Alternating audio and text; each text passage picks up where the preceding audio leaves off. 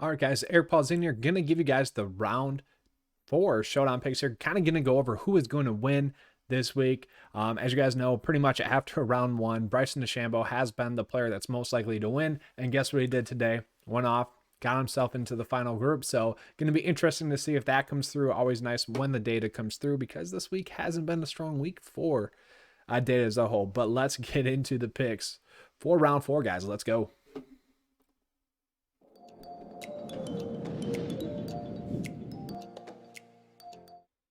All right, and I do just want to remind you guys as well that yesterday we did tell you guys, well, we showed you guys the round two showdown ranks. Didn't touch on Justin Thomas too in depth, but he was the second overall player on the showdown board here for you guys. The showdown model rank is really what this is.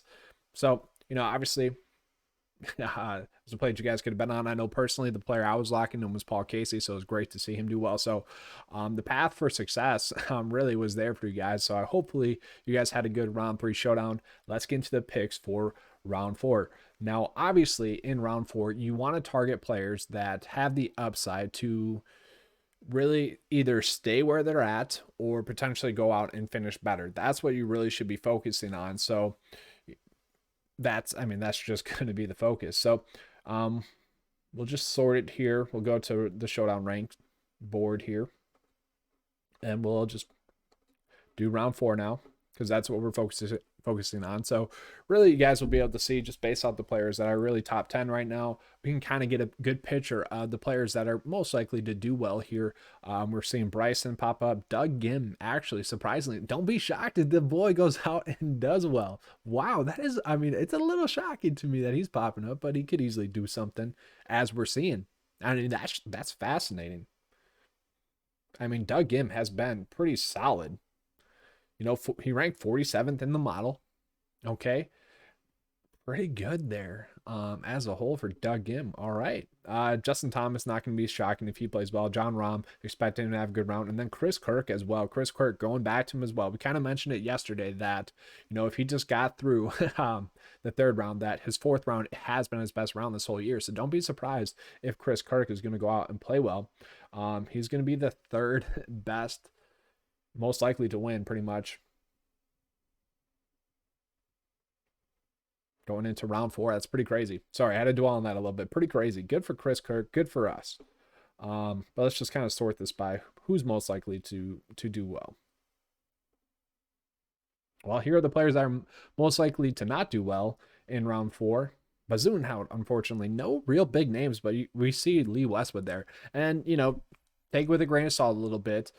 He did play well last week, and obviously a lot of the data that we're pulling from, well, majority of the data that we're pulling from is from when he has been playing well. It's just as simple as that, guys. So take with a little bit of a grain of salt there, but not a bad play apparently there. So don't mind him. And then let's see who else we got.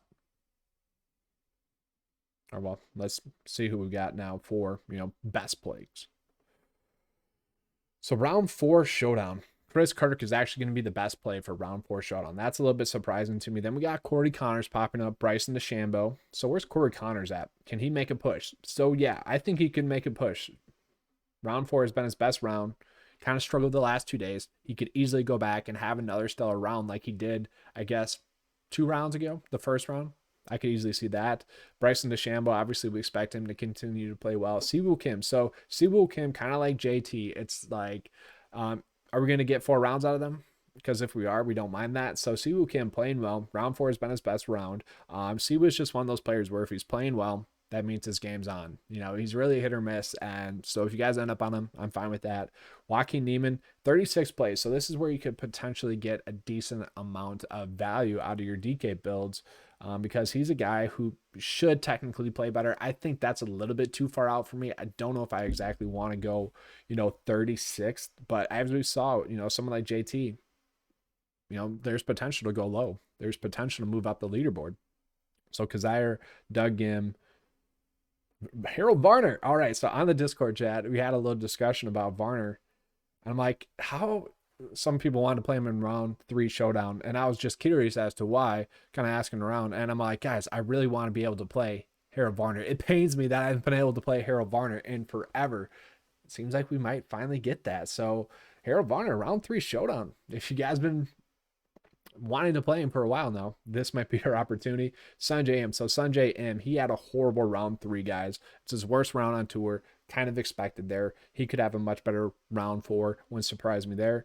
Matt Jones as well. But let's just kind of sort it out here by players that are really top 20 or so, and then we'll get a good picture of who we should really be on. So we can see it really does drop off. So for me, probably Doug Gim. Kind of crazy, surprising to me. Chris Kirk, we do want to be on, and Bryson. So I think most of my builds are going to be like Chris Kirk, Bryson, John Rahm there. And then really filling in from there. Maybe like Ryan Palmer, I could see it'd be fine with him. Yeah, for the most part, I think that's kind of just how we're going to roll. Let's see, top 13. I want to know where Paul Casey's at. That's what I'm wondering. JT's there. Okay. Paul Casey just sucks in round 4 or something here. Let's pull that up.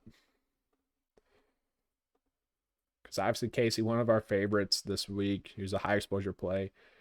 Okay, so he sucks. He's a horrible. It's his worst round. Okay, so that's why. Darn it. I hope he goes out and wins. He's been there, just hasn't been his best round.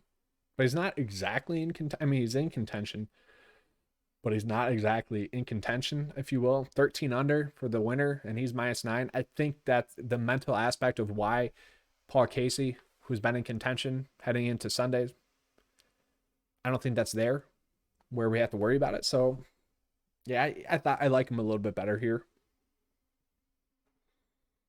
All right, so now that we got that figured out with Paul Casey, let's dive down into who is most likely to win. Kind of like it. So we got the top 10 here already. So Lee Westwood, not expected to win. Pretty much plain simple there. Bryson, we expect him to win. Doug Gim actually popping up decently there. Let's just sort it here. We'll sort it for you guys. So round 4 only. We'll sort it by win ranks going into round 4. And so yeah, I don't know why it's doing that. It's pulling in some players that it shouldn't be. Obviously, those guys they're zeros. That's why they're popping up there. So just as an FYI there. All right, so these are all the players that are expected to potentially go on and win. Let's see if I'm missing any. We'll just go back a little bit more. Okay. There we go. All right, so top 25. That's how we got there. All right, so Bryson the Shambo definitely expected to win. Top 10 of the model. Really strong at closing out rounds. His worst round this whole year has been round 3, and obviously he played well in round 3, so I expect him to be able to close it out. I do. Kind of would be fun, though. The Lee Westwood saga there. Be a fun thing. I do expect Bryson to close it out, though. So hopefully you guys made some of those Monday morning bets, or not Monday morning. Friday morning bets there on Bryson. That's kind of why I do this segment, so that you guys can benefit from it that way. Chris Kirk, John Rahm. So like I said, these are the 3 guys showdown wise that I want to go out of my way to make, and it's nice to see that they are also popping and most likely to win. Justin Thomas there, 4th. That's a big riser. Abraham Answer casually popping up here. A little bit shocking there. He's in 13th place, so he's expected to play a little bit better. If you guys wanted to be on him, don't mind him. Ryan Palmer popping up now. Will Zatoris, Cordy Connors, Paul Casey, and Doug Gim. Kind of interesting there as a whole, I think. And that we'll go back to the leaderboard there if we can.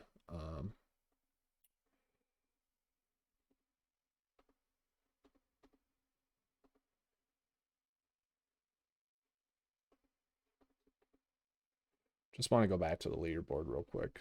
Might have to reset this. Okay. Because I do want to dwell on Lee Westwood a little bit more. So out of the players that are in the top 10, he is the least likely to win.